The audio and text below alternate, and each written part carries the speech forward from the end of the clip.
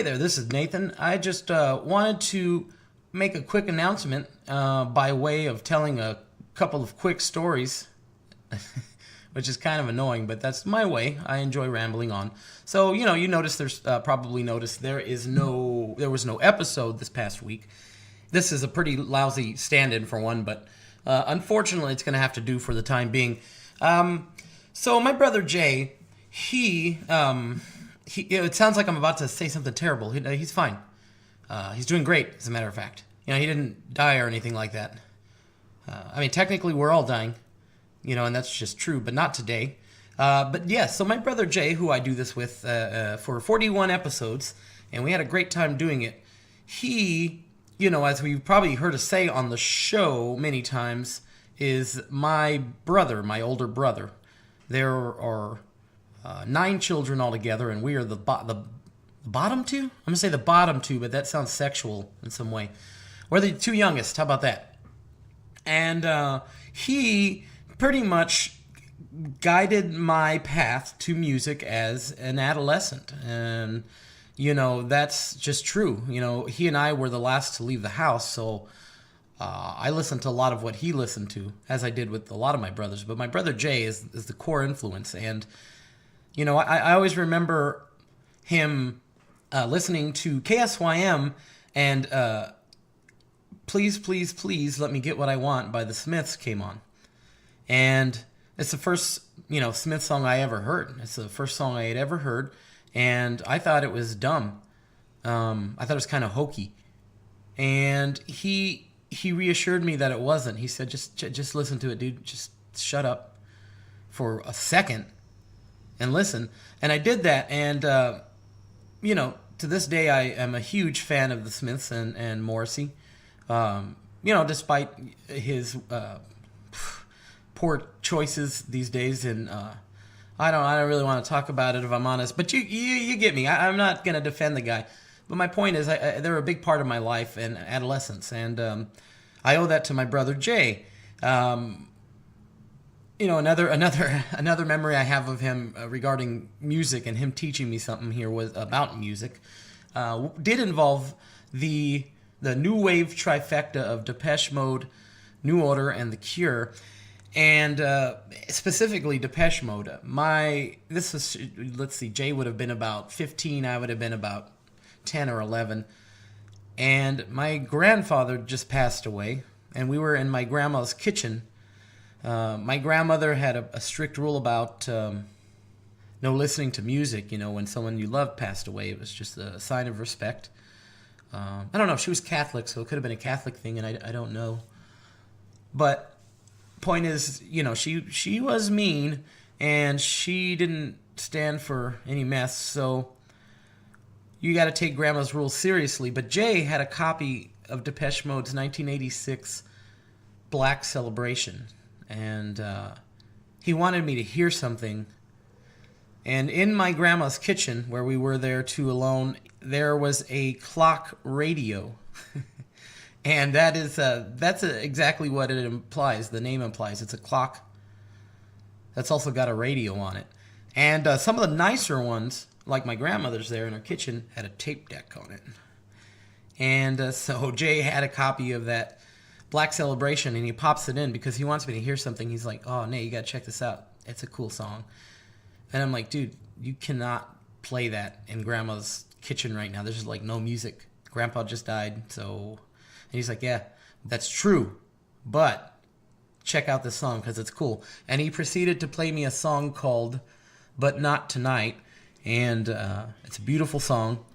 And, I just remember standing there in my kitchen, my grandmother's kitchen, rather, being terrified that she's going to walk in any minute, but not being able to turn the radio off because the song was just so good. I haven't felt so alive in years.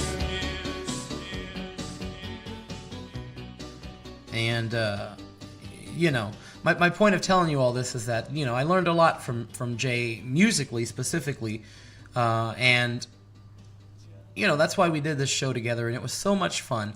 But he has to step away from the show which means that, I'm not really sure what's going to happen with Earfool. I tend to believe that it's going to continue in some way. I mean, it's obviously not going to be me talking to Jay. Without Jay there, that's weird. But, I may just continue it as it is. Or, it could morph into something else. It's most likely going to be shorter. Not that Jay's the one that talks a lot. Man, I edit these things, and I always tell Jay, I took so much of my big, fat, stupid sounding voice out of it that it makes me sick. But, so I just wanted to take this time to say thank you to my brother Jason. Jay, man, I love doing this with you, and I love you too, dude. And I'm really glad that we got to, do this together. And I couldn't have done it with anyone else, so I probably won't replace Jay. We shared a lot of bowls of cereal together and Saturday morning cartoons. And, we got a pretty special bond. And so I just want to tell him, thank you again. Good luck, man, because you're awesome. And I don't even know that I need to tell Jay good luck, because he's got an excess of skills that says otherwise. But a little luck never hurt either. So, and I'm sure we'll hear from him again. I'll coax him into coming in here, or I'll just kick his door in and during his bathroom time and ask him questions while he's taking a dump. He'll have to answer, because what are you going to do? I won't leave, and he knows that. And also just wanted to say thanks to all of you guys for listening. And, we're not the most popular show. We don't have a giant crowd, but we got a few people. And, if the data from my podcast distributing website is telling the truth, you guys are kind of loyal. You're very loyal. And we appreciate that. Both Jay and I do. And I hope that I can continue to bring you some fraction of what me and Jay did together. I'll probably keep doing this, mainly because if I don't, then I'm just the guy that opens boxes in a warehouse, in a hot tin can, and I don't really want to be that guy. I want to have a and also in there. And it's funny, when Jay told me he could not continue doing Earfool anymore, he was in the middle of studying for Gnarls Barkley's Crazy, and which is a great song, and I was doing Sweet Dreams Are Made of This by the Eurythmics. It's a fun name to say.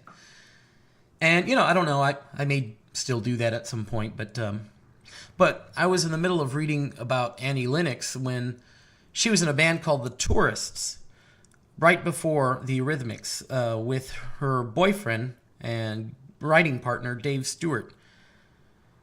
And things fell apart, basically. The Tourists stopped playing right when they were starting to get a ball rolling. They had a hit in Australia and the UK, and that fell apart. And right after that fell apart, their relationship also ended. And, she could have been in a bad way, because she was kind of losing a part of her identity. And she, of course, didn't know she was going to go on to do the Eurythmics yet. How could she know that? But she did use that feeling of yuckiness, There was also a feeling of excitement for her, because this was something new. Because her and her partner decided, okay, we're not together anymore, but you know what? Let's keep making music. And, I got to say that anyone that makes things, that is an artist of any kind, knows that, unfortunately, when you feel grief, sometimes that's where some of your greatest art comes from, and that's all artists across the board. Sandwich artists, too. You're going to make your finest spicy meatball sub when you just broke up with your boyfriend or what have you. But, she did say something good that happened out of all of this change, when she thought, boy, we were really chugging along and it seemed good, and it stopped, and I don't know why it stopped. But amongst all of that grief and chaos going on in her life, she found her voice. and she turned that voice into the Eurythmics, and you know, they're pretty good if you like the Eurythmics. Either way, Annie Lennox is pretty amazing. So I want to continue doing this too because, you know, I do feel like it was a lot of fun, and also I'd like to find my voice too, you know, and I'd really like to do that with you guys. So anyways, again, one last time, Jay, thanks again. I love you, dude. I can't wait for the next Fire Pit Huddle. And I will see all of you guys on the other side. Toodaloo buckaroos.